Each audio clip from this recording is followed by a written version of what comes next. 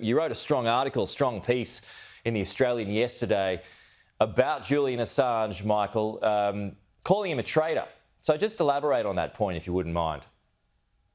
Well, I regard him as a traitor in the sense that during a time of war, when we had American, British and Australian troops in the field under fire, Julian Assange published troves of unredacted documents.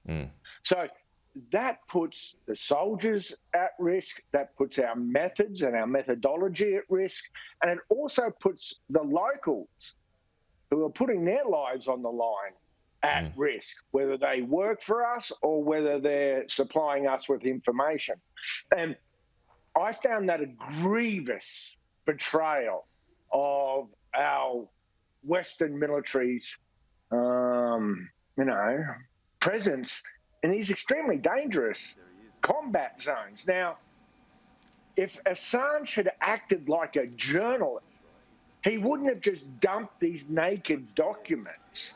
He would have processed them and sifted through them and distilled from them the truly newsworthy pieces of public interest that needed to be out there. But he didn't do that. He later worked with journalists, but he just took all this very, very sensitive information and dumped it out there for our enemies to see. Now there is this talk of a pardon, or of him possibly wanting some kind of presidential pardon. Do you see that being successful? We just spoke to the former chief of staff at the CIA, who said that would be a bridge too far, despite what's already happened. What do you think about that? Well, look, I'm actually personally really glad for Julian Assange and his family that he's finally free and he's back on home soil, because whether you agree or disagree with what he did, he served his time. In fact, he added to his detention by fleeing into the Ecuadorian embassy.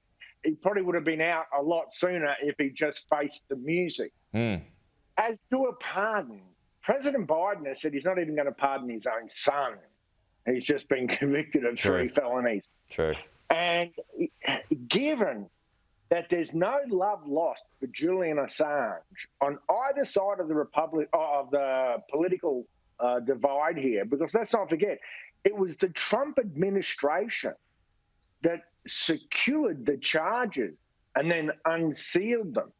And the Biden administration, his Democratic Party, will never forget the fact that almost literally at President Trump, then candidate Trump's behest, he dumped all of Hillary Clinton's emails, again, unredacted and completely naked, on the eve of the election, which some Democrats believe may have had a significant impact on that election. But the final point is, as the former intelligence chief of staff said, this has been a hard pill for the US intelligence community to swallow. So they, of all, will have the most bitter taste in their mouths this morning. And yeah, I do believe a pardon would be a bridge too far. And I don't see a lot of political support for it. Do you think, just a final point here, WikiLeaks, I mean, some have said it's had its day. I mean, hackers find stuff these days and just put it online regardless of what WikiLeaks is doing. Is it still relevant as a source, if any had thought it was relevant? Well, look, I think WikiLeaks has served a purpose, and part of it has been a noble service. But you're right, there's now a proliferation of such organisations. And I particularly think of something like Bellingcat. I mean, the work those people do is unbelievable. When those Russian spies poisoned that Russian dissident in England, it was Bellingcat who could literally track both of them, virtually from the scene to the train station to the plane, and figured out exactly who they were. Now, That is journalism.